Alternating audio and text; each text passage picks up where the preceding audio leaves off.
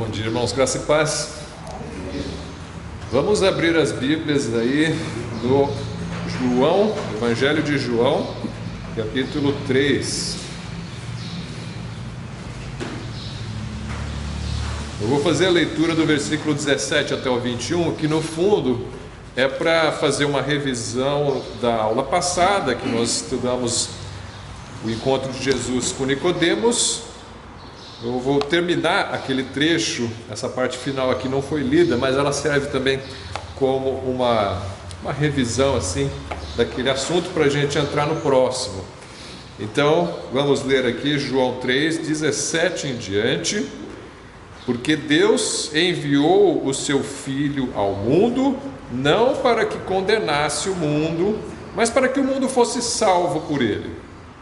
Quem crê nele não é condenado, mas quem não crê já está condenado, porquanto não crê no nome do unigênito Filho de Deus. E a condenação é esta: que a luz veio ao mundo, e os homens amaram mais as trevas do que a luz, porque suas obras eram más.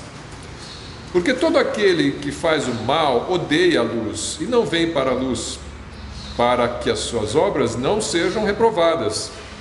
Mas quem pratica a verdade vem para a luz, a fim de que as suas obras sejam manifestas, porque são feitas em Deus. Só até aqui por enquanto, vamos orar e a gente já retoma esse texto. Senhor Deus, te louvamos por essa manhã e por esse culto que mais uma vez nós podemos celebrar o teu nome, e queremos exaltar o teu nome pela tua grandeza, pela tua salvação, a tua presença entre nós, e te agradecemos mais uma vez pela Bíblia que o Senhor deixou para nós, para nos instruir em toda a verdade, no caminho da salvação, naquilo que agrada ao Senhor, e no caminho da sabedoria, para que nós tenhamos uma vida de paz e felicidade de acordo com o Senhor, de acordo com a tua vontade, com a tua percepção. Nós queremos aprender para sermos mais parecidos com o Senhor Jesus, para darmos mais lugar ao Espírito. E é isso que eu peço essa manhã, e que todos aqui presentes, inclusive eu, possamos nos beneficiar da tua palavra e honrar teu nome por meio dela. Em nome de Jesus, amém. Então, estamos aqui falando da continuação do assunto que foi o novo nascimento, né? Nicodemos vai falar com Jesus à noite, e Jesus fala sobre o novo nascimento com ele, que sem o novo nascimento ele não pode entrar no reino dos céus. Ele que, com certeza, se achava uma pessoa muito justa, porque era membro do Sinédrio, a Suprema Corte de Israel. E lembre-se que Suprema Corte não é como hoje. Suprema Corte naquela época era baseado na lei de Deus, né? As leis dos homens hoje não são as leis de Deus, até são baseadas, muitas delas são baseadas nos 10 mandamentos, mas não são a lei de Deus. E a lei de Israel, a lei dos judeus, era a lei de Moisés, era a lei de Deus. Então esse Sinédrio, essa Suprema Corte, ela julgava com base na lei do próprio Deus. Então eles tinham que ser homens justos que guardavam a lei. Então ele se considerava muito justo, ele se considerava muito bom, ele com certeza achava que era digno de entrar no reino dos céus, e Jesus disse que sem o novo nascimento não é possível, né? E aí ele fala no versículo 17, só relendo, João 3,17: porque Deus enviou seu Filho ao mundo não para que condenasse o mundo, mas para que o mundo fosse salvo por ele. Então, não para que condenasse, algumas traduções vão dizer não para que julgasse, né? É a mesma palavra no grego, pode ser traduzido como condenar ou como julgar, é o krino em grego. Então, dependendo do texto, algumas vezes vão traduzir como julgar, algumas vezes vão traduzir como condenar. E Jesus não veio para julgar ou condenar o mundo, mas para salvar o mundo.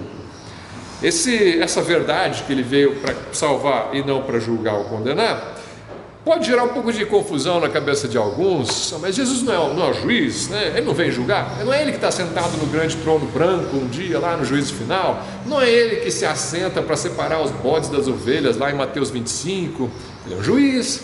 Então como é que ele vem aqui dizer que o Filho do Homem não veio para julgar o mundo, né, ou condenar o mundo, né? Então vamos tentar, só antes de entrar no assunto de hoje, pensar um pouquinho nisso aqui, porque está ligado.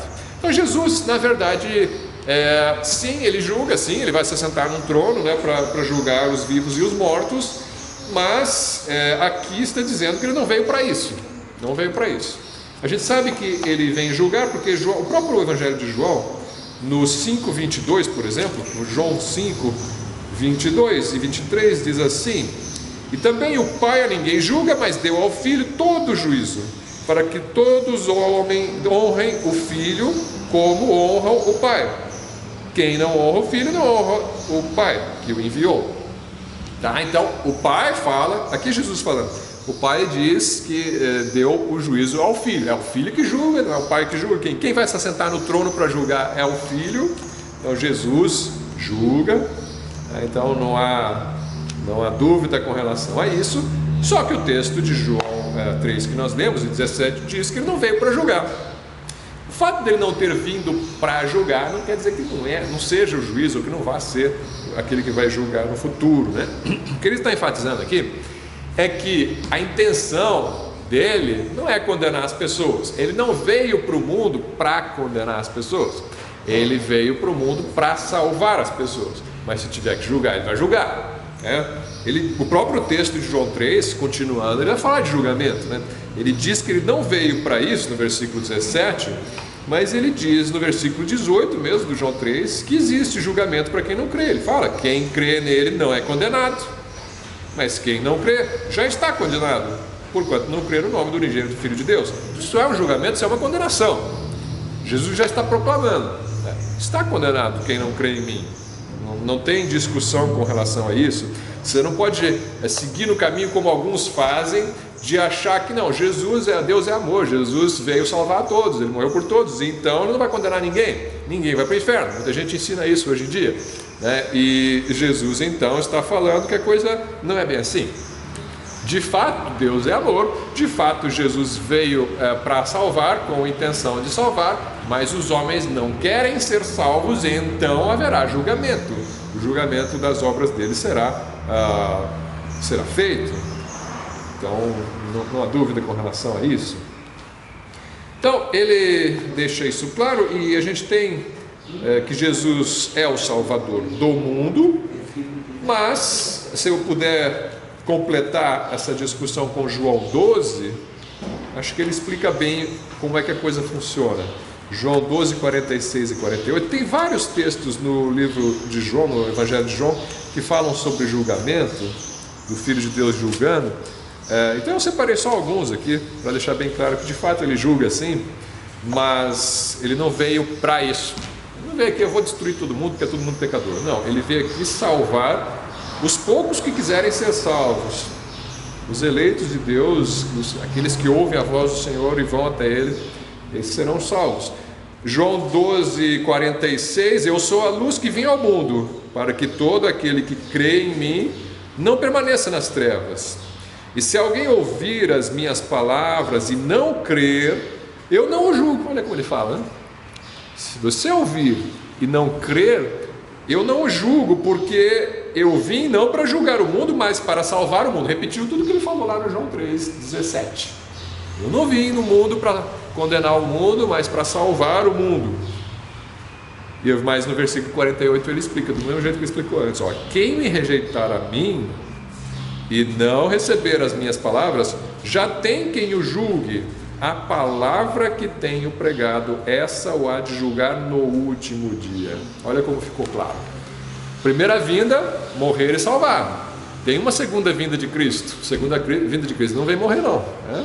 Ele vem julgar. Ele vai se assentar num trono e vai julgar. Então ele está anunciando: olha, estou vindo aqui não é para condenar vocês, estou vindo aqui para oferecer salvação para vocês. Se vocês não quiserem a salvação, não sou eu que julgo vocês, é a palavra que eu estou falando. Qual é a palavra que eu estou falando? Que se você não crer, você vai ser condenado no último dia, quando eu voltar para julgar, né? Não é agora que eu vou fazer isso, não estou fazendo isso, não estou sentando num trono, estou condenando, não estou lançando ninguém no inferno agora, mas lá no último dia vai acontecer, no juízo final vai acontecer. Então você se prepare. Quem que vai te condenar naquele dia? Não vai ser argumentações, não. Vai estar escrito ali: olha, eu falei isso, você ouviu isso, você fez aquilo. Paciência, né? Então você não quis o perdão, então está ali tudo registrado. tudo será lido perante o Senhor e perante os homens e os anjos. Então as pessoas serão condenadas pela palavra que foi falada por Jesus. Bom, versículo 19 em diante do João 3, já lemos, né? A condenação é esta, que a luz veio ao mundo, os homens amaram mais as trevas do que a luz, porque as suas obras eram más. E porque todo aquele que faz o mal odeia a luz e não vem para a luz, para que as suas obras não sejam reprovadas. Vamos pensar um pouquinho assim. Alguém pode falar, não, mas Deus está sendo muito duro. Deus está sendo muito duro em lançar uma pessoa no inferno só porque não acreditou numa mensagem, né? Só porque não creu em Jesus. Isso aí eu acho que está muito duro. Olha, essa desculpa não cola, porque na verdade, quando a pessoa não crê, ela não crê segundo Jesus, porque ela não gosta da luz. Não é só que ela não acredita, ela não gosta. Por que ela não gosta da luz? Bom, se a pessoa fosse muito boazinha, muito santa, ela não teria problema com a luz. Ela vai para a luz, ela não tem nada para esconder. Só que Jesus está falando, essas pessoas estão cheias de coisas para esconder, porque suas obras são más, e por isso elas não gostam da luz quando elas veem a luz, e elas fogem da luz. Elas fogem da luz. Então, no fundo, você vai ser condenado pela incredulidade, mas não só a incredulidade, também as suas obras, né? As obras serão lidas no juízo final. Pode ler ali em Apocalipse, né? O livro será aberto e serão lidas as obras. Então as pessoas serão condenadas, por quê? Tem más obras, suas obras são más, e não quiseram a salvação em Jesus. Então fugiram da luz. Não é só porque elas fugiram da luz com um motivo.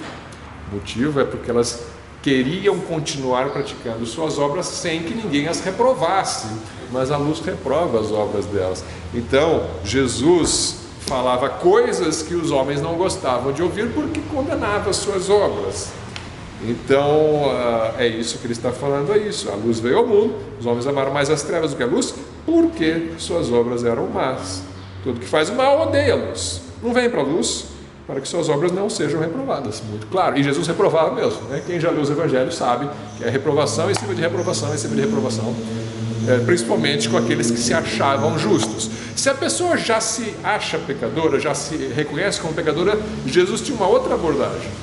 Ele não ficava apontando os pecados das prostitutas e dos publicanos. Isso é curioso, né?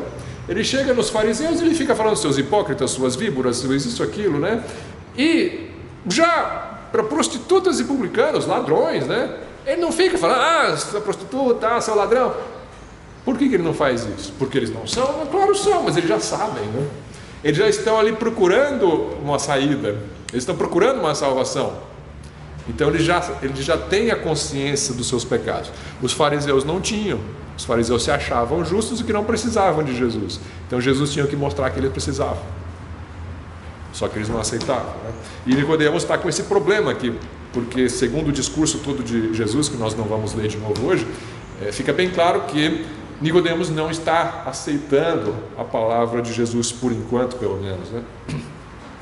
Se ele aceitou depois, a gente não tem certeza, né? Mas no momento, a palavra que Jesus fala para ele é que eles não aceitam versículo 12, né? Se vos falei coisas terrestres e não crestes, como crereis se vos falar das celestiais? Ele não está crendo.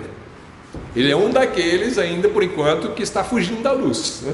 Nicodemos foi escondido no quadrado de Jesus, ele foi de noite. De noite, para ninguém saber. Mas ele estava curioso, né? Ele estava curioso desse homem de Deus, parece ser um homem de Deus, né? Falando coisas e fazendo milagres, ele queria saber. Mas quando Jesus entra com a palavra, ele está em resistência por enquanto. E aí você tem então essa palavra. Aí você chega no versículo 21. Ele fala assim: mas quem pratica a verdade vem para a luz, a fim de que suas obras sejam manifestas, porque são feitas em Deus. Depois disso, Jesus vai sair e acabou a conversa. Esse versículo é um pouco difícil de entender. Por quê? Eu entendi bem o versículo anterior. Aí está em pecado, Jesus é a luz, ele aponta o pecado, a pessoa não quer, ela foge da luz. Legal, entendi. É João 3. Estamos em João 3, agora versículo 20. Então a pessoa foge da luz porque ela não quer que seus pecados sejam expostos. Isso aí eu entendi. Agora, essa outra parte de que a pessoa pratica obras em Deus, então ela vem para a luz a fim de que suas obras sejam manifestas. Essa parte aqui pode ser mais difícil de entender porque dá a impressão seguinte, que a pessoa antes de conhecer Jesus já era boa, já fazia obras em Deus, e quando ela viu Jesus, aí eu quero a luz. Dá a impressão assim, já era salvo, né? Aí só completou, né? Recebe Jesus porque Jesus é bom. Sim, você pode ter uma visão errada sobre esse versículo. Não é bem isso que ele está dizendo, né? Porque se fosse, ia dar a impressão de que existem duas classes de pessoas no mundo: as pessoas justas e as pessoas injustas. As pessoas injustas vão para o inferno porque são injustas, e as pessoas justas vão para o céu porque são justas, e não porque creem em Jesus. É porque já são boas mesmo, já fazem obras em Deus. Eu vou ler de novo o versículo para vocês perceberem. Olha só: mas quem pratica a verdade vem para a luz. Ele já praticava antes de vir para a luz, né? Ela veio para a luz, mas já estava praticando, né? A fim de que suas obras sejam manifestas. Só veio para a luz só para mostrar. Mas já tinha boas obras, né? Porque são feitas em Deus. Então, esse texto aqui, a gente sabe que todos somos pecadores, né? O homem natural é concebido em pecado e ele já nasce com a sua natureza corrompida e com pecados e precisa de um Salvador. Ninguém é salvo por si só. Isso aí, a Bíblia inteira vai nos mostrar isso, não só o Novo Testamento. Você precisa de misericórdia de Deus, você precisa da graça, você precisa de fé. Então, não pode ser essa a interpretação. Ele já era salvo, né? E aí, quando conheceu Jesus, continuou salvo, só que agora dá para ver as obras dele. Não. Então, alguns teólogos ao longo da história, discutindo esse assunto, por exemplo, o Agostinho, ele diz assim: as boas obras são o arrependimento do mal que fizeram e vir à luz para que as novas obras sejam vistas por Deus. Quer dizer, ele achava assim, as obras aqui que ele está falando seriam as obras de arrependimento. No momento em que ele está para ser salvo, ele percebeu, ele ouviu o Evangelho, então ele está, ou logo antes do Espírito Santo estar preparando seu coração, ele começa a ter um quebrantamento, ele começa a reconhecer os seus pecados, ele está tendo um arrependimento do coração, aí quando ele vê a luz, aí ele corre para ela. Então Agostinho achava que era mais isso aí. O Calvino fala que aqueles que agem com sinceridade desejam a luz para que suas obras sejam provadas. Então Agostinho acha que as obras aqui seriam a sinceridade do coração no momento também próximo à sua conversão. E pode ser que seja algo nessa linha, então, que os que praticam a verdade são os que com sinceridade desejam a verdade e se arrependem e creem para que suas obras sejam vistas e glorifiquem a Deus perante os homens, pois são feitas em Deus. O texto está falando então do presente e não do passado. O que é isso? O que quer dizer isso? É o momento que a pessoa está sendo dirigida pelo Espírito Santo para a conversão. Ela está tendo uma transformação. Então essas obras, esse correr para Jesus, porque as suas obras são vistas, ele quer correr para a luz, para que de agora em diante ele faça boas obras, porque senão dá a impressão de que ele tinha boas obras sem estar em Cristo e por isso foi salvo. Não deve ser essa, até porque se fosse isso, você estaria descartando a salvação daqueles que estão andando na miséria, né? Você não teria então as prostitutas e os publicanos sendo salvos nos evangelhos, porque eles não tinham essas boas obras, né? É só você ver Zaqueu quando ele fala, né? Eu roubei, Senhor, mas agora eu quero devolver o dinheiro até 10 vezes mais, sei lá quantas vezes mais que ele fala, né? Então, muito claro na história de Zaqueu, aquele publicano que se converte, que as obras são neste momento, é do presente e do futuro. Estas obras é que ele está falando, essas são feitas em Deus, eles se fazem na luz para que Deus seja glorificado. Então, existem dois tipos de pessoas, sim. Um tipo que quando vê a luz foge, e outro tipo que quando vê a luz corre para ela, porque no momento da confrontação ele quer novas obras e quer glorificar a Deus com suas obras, e o outro que no momento da confrontação ele foge porque ele quer as más obras, ele quer continuar no pecado. Essa me parece ser a melhor explicação para este texto. que de fato existem dois tipos de pessoas, mas esses tipos se manifestam quando o Evangelho entra na vida da pessoa. Alguns rejeitam, alguns aceitam. E esse aceite vem com arrependimento e com um desejo por novas obras. E João 6, 28 e 29 complementa esse pensamento.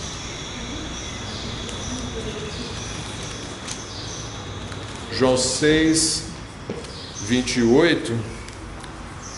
Disseram-lhe, pois, que faremos para executarmos as obras de Deus? Olha só, está perguntando de obras. Quais são as obras de Deus? As boas obras feitas na luz, etc. Jesus respondeu e disse-lhes, a obra de Deus é esta, que creiais naquele que Ele enviou. Essas são as boas obras que vão levar à salvação. Ah, mas isso são boas obras? Crer não é uma obra, né? Não é nem um trabalho, crer, né? Ah, é a única coisa que Deus quer? Não é a única coisa que Deus quer. Depois disso, Deus quer muitas outras coisas de santificação. Mas aqui é o começo, né? Você quer ser salvo? Você quer entrar no reino de Deus? Creia em Jesus Cristo. E aí sim você vai ser salvo. E a partir daí você começa uma nova vida com boas obras feitas na luz para a glória de Deus. Esse é esse segundo tipo de pessoas que Jesus está falando no João 3. Tá? Então a gente tem aqui uma situação em que Nicodemos está neste momento aqui, ele está no primeiro grupo, aquele grupo que se encontrou com a luz, mas não está correndo para a luz, ele vai correr da luz. Daqui até o final do Evangelho, o nome dele não vai aparecer novamente. Ele vai aparecer de novo lá próximo da crucificação de Jesus, numa reunião, lá numa discussão no Sinédrio, onde ele de certa maneira tenta proteger Jesus, fala, a nossa lei não condena o homem sem ouvi-lo, né? E no final, quando Jesus é crucificado, ele está com José de Arimateia embalsamando o corpo de Jesus. Ele está junto com José de Arimateia, quando ele pega o corpo e vai levar para o túmulo, né? E Nicodemos está lá com um monte de perfumes também. Antes das mulheres levarem perfume para ele, Nicodemos já levou. Então pode ser que ele se converteu depois. A Bíblia não conta a história dele em detalhes depois. Essa é a única coisa que a gente sabe, que no momento da crucificação de Cristo, Nicodemos estava lá. Então quero crer que ele se converteu, que ele ficou com a pulga atrás da orelha depois dessa conversa. Mas no momento aqui ele ainda não se converteu. E aí então, Nicodemos nesse instante está no primeiro grupo, que se acha muito bom. Quando foi confrontado com a verdade de que ele não era bom o suficiente para o reino de Deus, ele fica resistente, ele foge da luz. E existe o segundo grupo, que é estes que correm para a luz quando vem a luz, para que suas obras sejam manifestas. E por incrível que pareça, o exemplo que a gente vai ver desse segundo grupo no capítulo 4 de João é justamente uma pessoa que você não esperaria.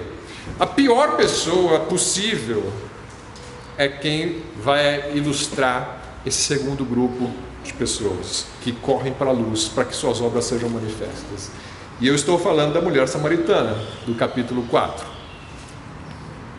A mulher samaritana do poço ali de Samaria, onde Jesus vai tirar a água, né? E por que eu disse que ela era a pior pessoa possível? Bom, aos olhos de um judeu seria, né? Os irmãos, a maioria conhece a história, né? Você tem uma mulher já era vista como segunda classe pela maioria da sociedade, não por Jesus, mas pela maioria da sociedade, sim. Então, mulher.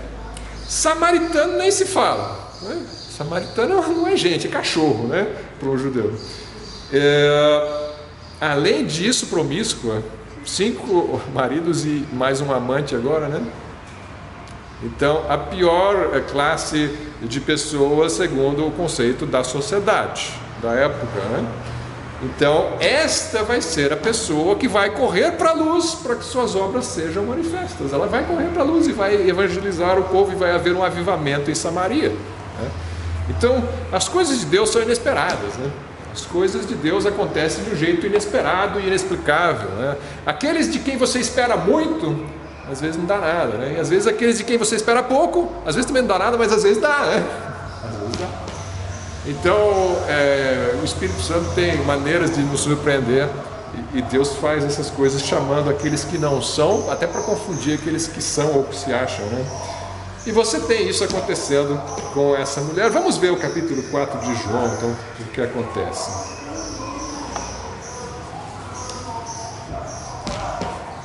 João 4, vamos ver o versículo 3 em diante. Vou começar lendo do 3 até o 5. Deixou a Judéia, então Jesus deixou a Judéia e foi outra vez para a Galileia. Os irmãos terem uma noção assim, o mapa de Israel, para quem lembra de como é a cara do mapa de Israel, ele é meio assim na vertical, assim, se você olha no mapa plano, né? Você vai ver ele meio vertical. Ao norte você vai ter então a Galileia, a Judéia mais ao sul, e no meio do caminho você vai ter aí Samaria. Para ir da Judéia para Galileia você vai ter que passar por Samaria. E eles não gostavam de passar por Samaria, né? Os judeus não gostavam dos samaritanos. Mas o versículo 4 diz que era-lhe necessário passar por Samaria. Não dá, você dá a volta aí em Samaria para chegar lá na Galileia, é absurdo, né? Você tem que passar aí por... A viagem fica muito longa, né? Você tem que passar por Samaria para chegar na Galileia. Então tinha que passar. Quando o autor fala era necessário, é justamente por conta disso, né? É o caminho, é o trajeto normal, e eles não gostavam de fazer esse trajeto. Os judeus não gostavam de fazer esse trajeto. Eles tinham que passar. Bom, só lembrando, por que a rixa com os samaritanos? Já falei isso em outras aulas aqui, mas não custa a gente relembrar. Então, se você for ler lá em Deuteronômio, capítulo 11, na verdade não, antes disso, se você for ler em... Eu acho que eu anotei o texto errado aqui.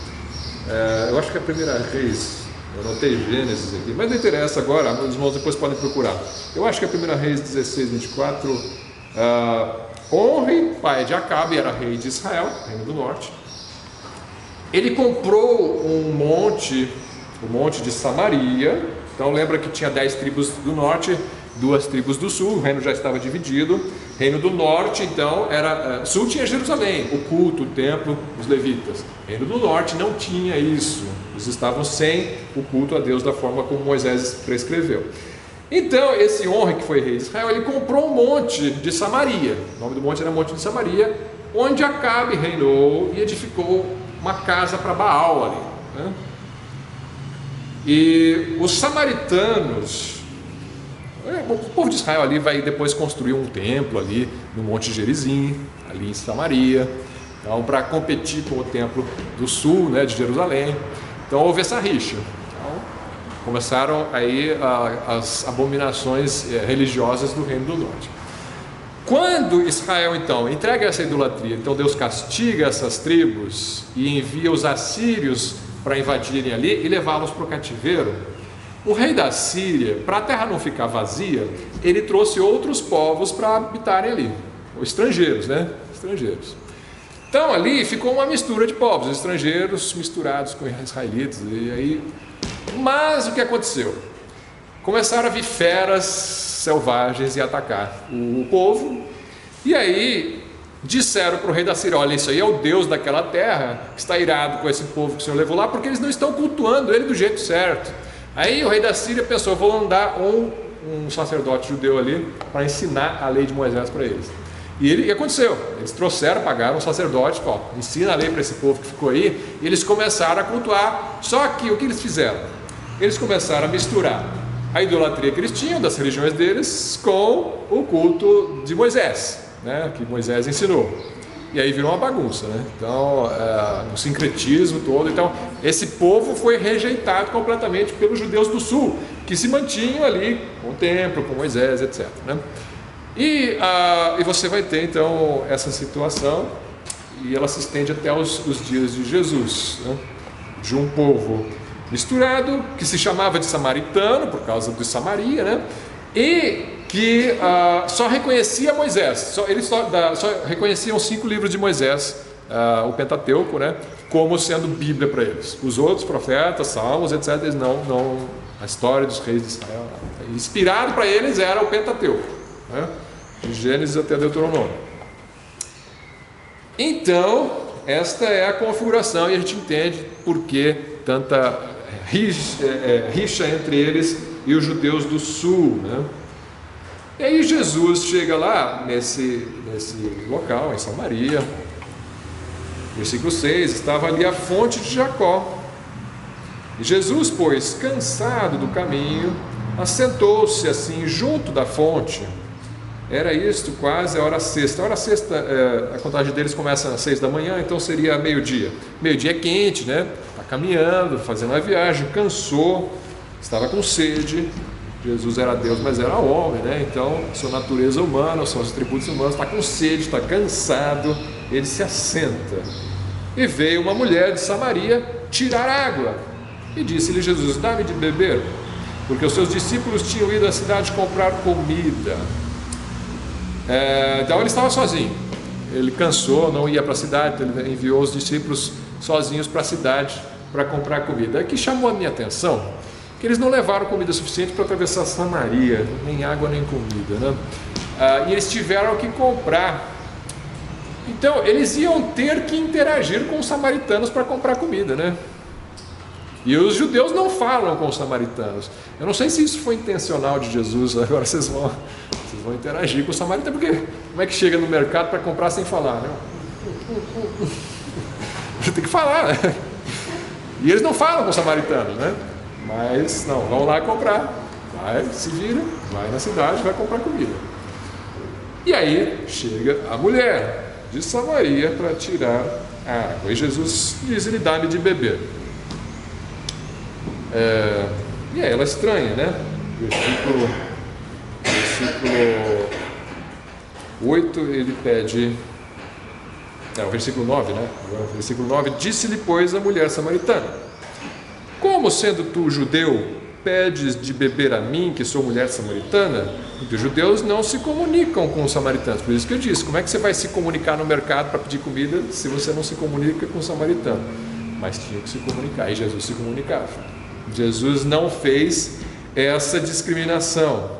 Ele vai e fala com a mulher samaritana. As pessoas têm levantado muito a questão de ele estar falando com uma mulher. Isso é um escândalo, você não fala com mulher. Mas no texto, ninguém destaca o fato de ele estar falando com uma mulher. O problema é ele estar falando com uma samaritana, porque os judeus não falam com os samaritanos, né? O problema aqui era mais racial do que de gênero. Então, ela estranhou. Como você fala comigo se os judeus não falam com os samaritanos, né? Chamou a atenção dela. E demonstrou também, de certa maneira, uma humildade de Jesus, né? Porque ele está ali cansado pedindo ajuda para uma mulher samaritana. Tem que ser humilde para fazer isso, né? Então, não é que ele chega lá e está dando uma ordem para ela. Do jeito que está escrito assim, parece que ela está dando uma ordem para ela, né?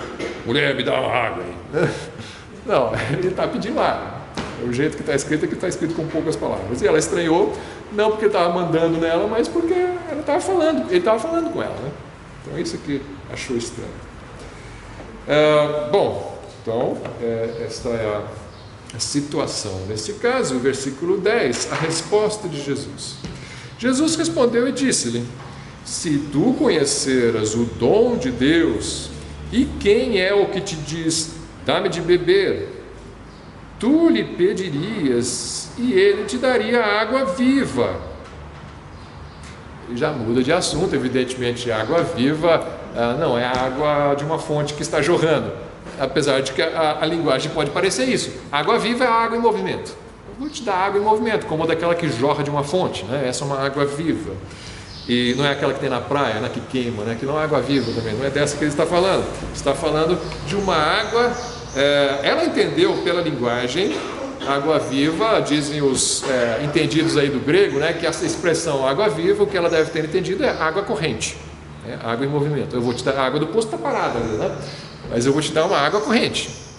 Isso chama a atenção dela, né? E disse-lhe a mulher: Senhor, tu não tens com que atirar, e o poço é fundo, onde pois tens a água viva? És tu maior do que nosso pai Jacó, que nos deu o poço, bebendo ele próprio dele, e os seus filhos e o seu gado? Aqui tem uma contestação da mulher, aparentemente insolente, né? Porque ela ficou um pouco ofendida, porque quem está precisando de água é ele. E agora ele está falando que vai me dar uma água melhor do que essa? ela ficou um pouco ofendida. Por quê?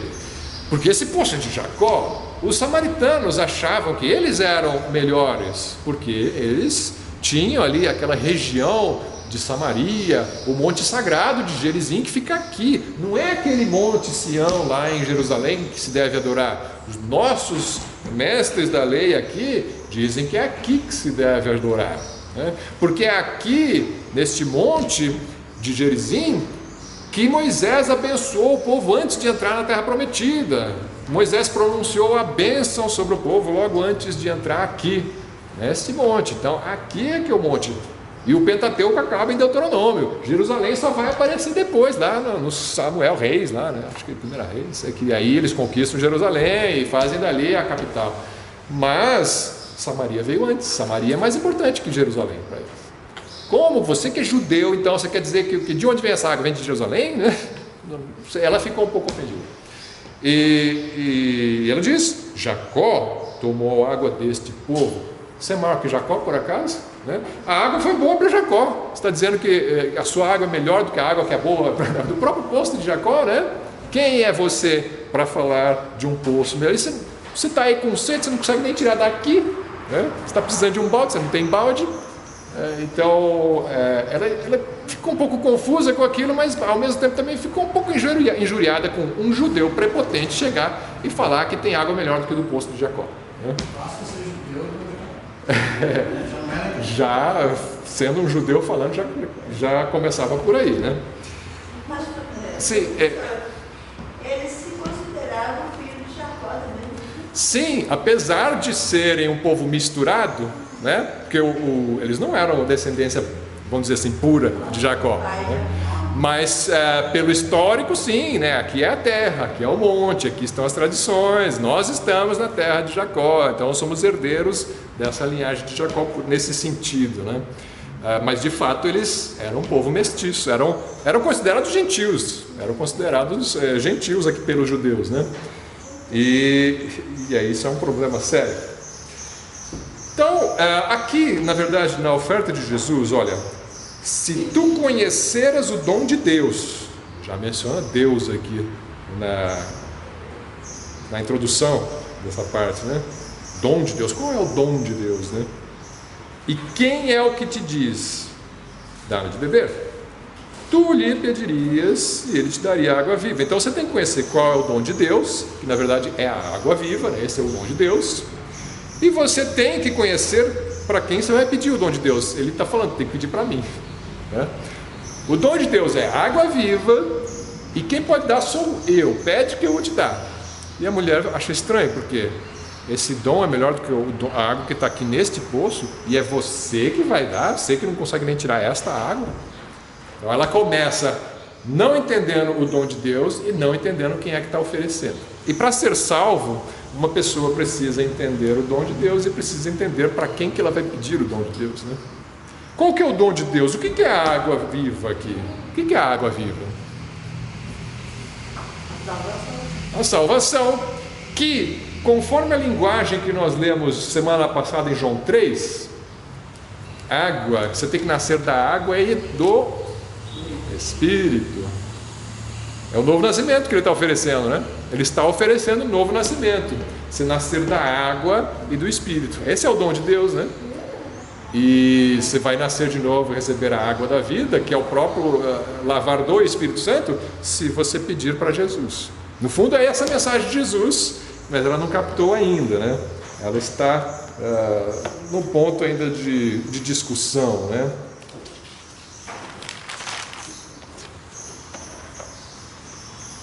Então, o Espírito Santo, o novo nascimento, a salvação é obtida pedindo para Jesus. Isso aqui nos leva a pensar o seguinte: a pessoa, para ser salva, ela deve pedir a salvação para Jesus. Você pede a salvação para Jesus numa oração em geral, né? Geralmente, você está levando uma pessoa para Cristo, você explica o Evangelho, e você explica que ela é pecadora, e que ela precisa de uma salvação, e que o Salvador é Jesus. Se ela crer, ela será salva. E ela fala, então, e aí, eu quero, né? Então, o que geralmente você faz? Você costuma conduzir ela numa oração. Ela não sabe orar, às vezes você vai falar, ela vai repetir as palavras, né? Esse tipo de evangelismo tem sido muito criticado ultimamente, porque alguns acham que é uma forma de manipulação da pessoa. Eu não creio assim, não é uma manipulação. Ela pode ser uma manipulação se ela for precipitada, se a pessoa não está no ponto ainda e você está forçando ela a fazer uma oração. Por quê? Porque você quer que ela se converta rápido, né? Para dizer que eu tive 10 batismos no mês passado, né? Então, você tem que tomar muito cuidado para não induzir uma pessoa a repetir uma oração, ela achar que foi salva, quando na verdade não foi. Mas o fato dela crer e fazer uma oração pedindo a salvação é bíblico, não tem nada errado nisso, tá? Só que tem sido abusado muitas vezes você faz uma sessão hipnótica quase para levar a pessoa a repetir uma oração, né? E aí passou 2 meses, a pessoa não está mais na igreja, né? Então isso é um cuidado que tem que ser feito. Agora, o fato dela não saber o que fazer e você falar, então ora comigo, isso não tem nada de errado, né? Ela vai pronunciar a sua fé, ela vai verbalizar aquilo que nós cremos que está no coração dela, né? O tempo vai dizer se aquilo foi sincero de fato, né? Honesto de fato. Você tem que tomar um cuidado para não, quando ela fez a oração, você não colocar um selo de certeza na testa dela. Agora você está salvo com certeza, teu nome está no livro da vida. Você não sabe, por quê? Você não vê o coração, né? Você não sabe se o nome dela de fato está no livro da vida. Deus sabe. Deus está vendo o livro, né? O livro é dele. Então, o que você vai fazer?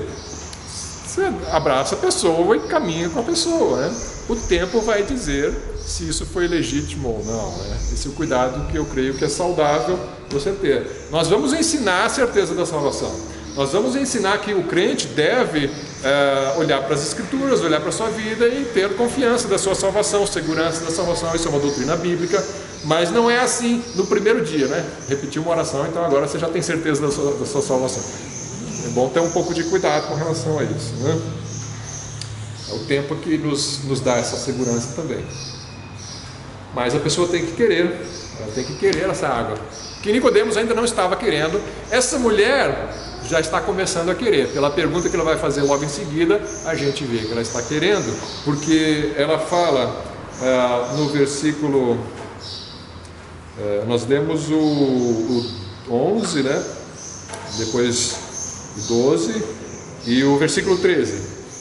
Jesus respondeu e disse-lhe: qualquer que beber desta água que está aí no poço, tornará a ter sede. Mas aquele que beber da água que eu lhe der, nunca terá sede, porque a água que eu lhe der se fará nele uma fonte de água que salte para a vida eterna. Agora ele está começando a ser mais claro. Estou falando de coisas espirituais, não estou falando de uma água mais pura que essa aí, não. Estou falando de vida eterna. Estou falando de que se você beber essa água, o doador da água, o próprio Deus, o Espírito Santo vai estar dentro de você, essa água da vida eterna vai jorrar de você e vai passar para outros, ou seja, você vai evangelizar outros e outros vão beber dessa água também. Isso que é água em movimento. E disse-lhe a mulher: Senhor, dá-me dessa água para que não mais tenha sede e não venha aqui tirá-la. Ainda não entendeu. E ainda ela está começando a acreditar neste homem, está começando a dar crédito do que ele fala, mas ainda não está entendendo. Ela acha que tem uma fonte da juventude aqui, que ele vai beber água e não vai morrer, né? Então, e disse-lhe Jesus: vai, chama teu marido e vem cá. Tá bom, eu vou te explicar, tudo bem, mas eu quero explicar junto com o teu marido, né? Para vocês dois beberem dessa água aí. A mulher respondeu e disse: não tenho marido. Não mentiu, né? Ela só omitiu. Ela não mentiu. Ela não tinha marido. Jesus não disse que ela mentiu. Disse-lhe Jesus: disseste bem, não tenho marido, porque tiveste 5 maridos e o que agora tens não é teu marido. Isto disseste com verdade. É uma palavra dura aqui, porque ela estava tão empolgada com essa água, né? A conversa estava indo bem até aqui, né? E de repente ele dá uma guinada, ele puxa o tapete dela, ela fica sem chão, porque ela tentou esconder a sua vida privada, a sua vida particular, mas Jesus sabe todas as coisas e ele já contou. 5 maridos. Será que morreram os 5 ou será que teve divórcios e adultérios também? Não sei, mas teve 5 e agora não é marido, está vivendo com um amante aqui, né? Pecado. Ele mostra o pecado dela até sem dizer nada para ela, só falou: a sua história é essa aqui. Ela já sabe que é pecado, porque ela conhece a lei de Moisés, porque os samaritanos tinham o Pentateuco, né? Então eles sabem qual é a vontade de Deus a respeito disso. E aí ela fica com vergonha, mas veja só, quando Jesus falou para Nicodemos: olha, você não pode entrar no reino dos céus se você não nascer de novo, o Nicodemos fica todo revoltado. Jesus falou coisa pior, né? Falou: olha, você não pode porque você é pecadora. E ele não falou essas palavras, não falou que você não pode entrar, né? Mas ele falou: olha, para a vida eterna você tem que beber da água que eu dou. Então, se você não bebeu, você não está na vida eterna ainda, né? Essa é a conclusão. Então você não tem vida eterna, você não bebeu da água que eu dou. E depois ainda fala: você está em pecado. Ela, em vez de ficar revoltada, aqui ela corre para a luz. Um corre da luz, outro corre para a luz. Por quê? Deus sabe. O Espírito sopra onde quer. Não sabemos como ele age, nem de onde vem, nem para onde vai, mas nós vemos o seu efeito. O Espírito agiu nela e ela corre para a luz. Ela tinha tudo para fugir da luz nessa hora, ficar ofendidíssima. Um judeu vem aqui me acusar, né? Não, ela corre para a luz. Ela creu. Disse-lhe a mulher: Senhor, vejo que és profeta. Nossos pais... Ela podia negar, mas não, ela concorda que está em pecado e agora ela quer essa água. Não, agora não vou largar desse homem, não. Nossos pais adoraram neste monte, Monte Gerizim, e vós dizeis que é em Jerusalém o lugar onde se deve adorar. Então agora já começa a fazer perguntas teológicas, né? Não, já que o senhor é profeta, eu creio que o senhor é de Deus, eu queria aprender, porque eu estou vendo que o senhor é judeu. Sendo judeu, o senhor é profeta. Agora quebrou todos os meus paradigmas, né? Porque eu achava que judeu não prestava. Não, Deus está aqui em Samaria, judeu está com o diabo. Agora eu estou vendo que tem um homem de Deus vindo de Jerusalém. Então eu vou aprender com ele, porque isso aqui eu nunca vi aqui em Samaria, o que ele está falando. Então ela quer a palavra de Deus, e aí ela começa a fazer perguntas teológicas. Tá, então eu tenho que ir lá em Jerusalém adorar? Porque os nossos sempre falaram que era aqui em Samaria. E aí Jesus fala: olha, vós adorais o que não sabeis. Vocês não conhecem Deus. Na verdade, de fato, vocês não conhecem Deus, porque vocês estão adorando aí Deus misturado com ídolos, fazendo uma confusão. Aí vocês mantiveram seus ídolos pagãos e juntaram com Moisés. Vocês não conhecem Deus. Deus não é assim. Deus não é assim. De fato, ele não é politicamente correto, não. Ele não passa panos quentes, não. Ele fala a verdade, ele diz: olha, vocês não conhecem Deus, não. Versículo de... Vós adorais o que não sabeis, versículo 22. Nós adoramos o que sabemos, porque a salvação vem dos judeus. Muito ofensiva essa palavra. Muito ofensiva. Muito incorreta politicamente. Por quê? Não vocês, sim nós. Vocês estão fora, nós estamos dentro. Só a sua religião? Não é a minha religião, é Cristo. Então eu tenho que crer igual a você para ir para o céu? Não tem nada a ver comigo, você tem que crer em Jesus, né? Eu não tenho nada com isso, é Jesus que diz que é assim. Então você tem que crer em Jesus e na palavra de Deus. Acontece que eu sim creio em Jesus, então nesse sentido você está certo. Eu creio, eu estou indo para o céu. Você não crê, você está indo para o inferno. Então, de fato, Jesus está falando exatamente isso. A salvação vem dos judeus, porque o Cristo vem dos judeus. O Deus verdadeiro é o Deus que está nas escrituras judaicas, não esse Deus paganizado que vocês têm aí. Então ele continua falando com ela: mas a hora vem, e agora é, em que os verdadeiros adoradores adorarão o Pai em espírito e em verdade, porque o Pai procura a tais que assim o adorem. Deus é espírito, e importa que os que o adorem em espírito e em verdade. Olha, não se preocupe agora em ir lá para Jerusalém, mudar tudo, porque estamos na transição, né? Agora, já estou aqui, né? Vai chegar um momento, e é agora, em que não vai ser nem em Jerusalém, nem aqui, vai ser em espírito e em verdade. Onde você estiver espiritualmente e em sinceridade e na verdade, não com falsas doutrinas, mas com a doutrina verdadeira. E então, para isso, para juntar os dois povos, gentios e judeus, como um povo de Deus, um povo só, é necessário que caia a religião não é materialista, vamos dizer assim, não é materialista a palavra que eu quero, é formalismo, e a religião é cheia de formalismo mesmo e rituais dos judeus que têm que adorar em Jerusalém do jeito que está lá, etc, etc, etc. Tudo muito regulamentado. E, por outro lado, o paganismo gentil também tem que cair. As duas coisas vão cair, e dos dois povos eu vou fazer um povo só, a igreja.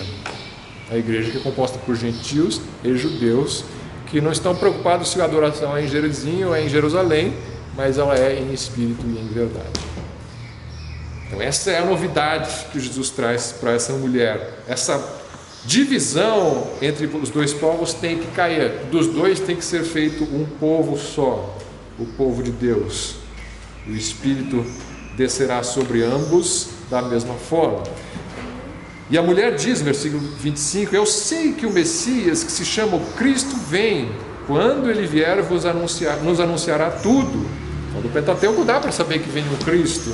Existem as promessas lá que nós já estudamos no passado. Jesus disse-lhe, eu o sou, eu que falo contigo, eu sou o Messias. Geralmente ele não falava isso, né? Os judeus ele não costumava dizer, eu sou o Messias, mas aqui ele deixa bem claro, eu sou o Messias, o Cristo, o ungido de Deus. E nisso vieram os seus discípulos e maravilharam-se de que estivesse falando com uma mulher. Ah, eu falei que o problema não era com mulher. Aqui já disse que o problema é que estava falando com uma mulher. O problema é que é samaritano, assim, vamos colocar da seguinte maneira: a mulher estranhou que ele estivesse falando com uma samaritana. Os discípulos estranharam que ele estivesse falando com uma mulher, além de ser samaritana, né? Os judeus não falavam com mulheres, muito menos samaritanas, né? Uma mulher desconhecida, assim, você vai falar com ela. Todavia, nenhum lhe disse que perguntas ou por que falas com ela. Deixou, pois, a mulher o seu cântaro e foi à cidade e disse àqueles homens: vinde e vede um homem que me disse tudo quanto tenho feito. Porventura não é este o Cristo? Vocês percebem aqui a água viva fluindo, né? A água viva começando a fluir. Então, é isso aqui que é o cumprimento daquilo que Jesus falou no 3:21, mas quem pratica a verdade vem para a luz a fim de que suas obras sejam manifestas, porque são feitas em Deus. Agora está fazendo obras manifestas em Deus. É isso aqui, é isso que está acontecendo.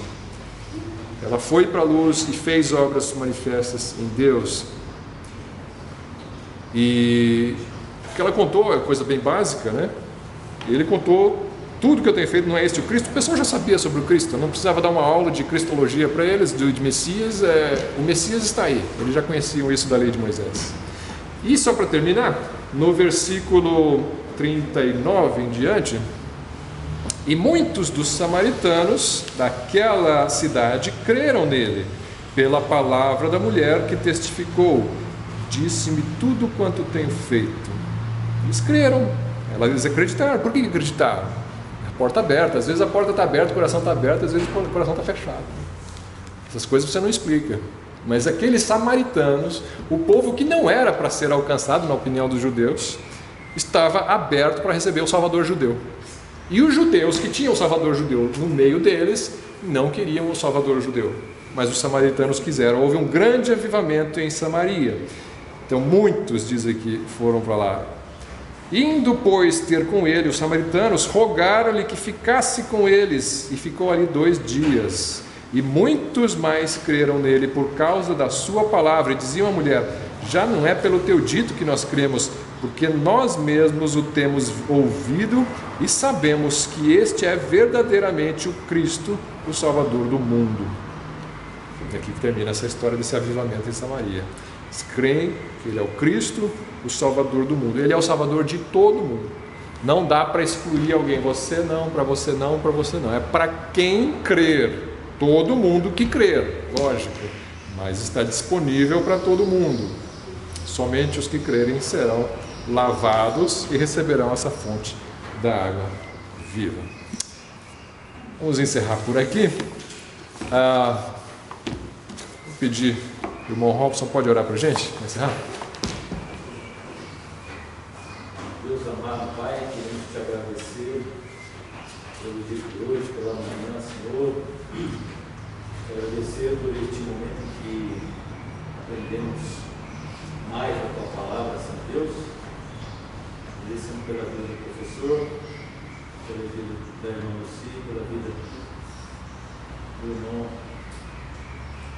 que fez a pergunta com Samuel. Manuel. Senhor Deus, pedimos que o Senhor nos leve para a casa de parte da tua graça, nos dê um bom dia, para que logo mais à noite possamos estar aqui na tua casa para louvar e te agradecer, Senhor Deus. Muito obrigado por tudo, nós somos agradecidos no nome santo de Jesus. Amém.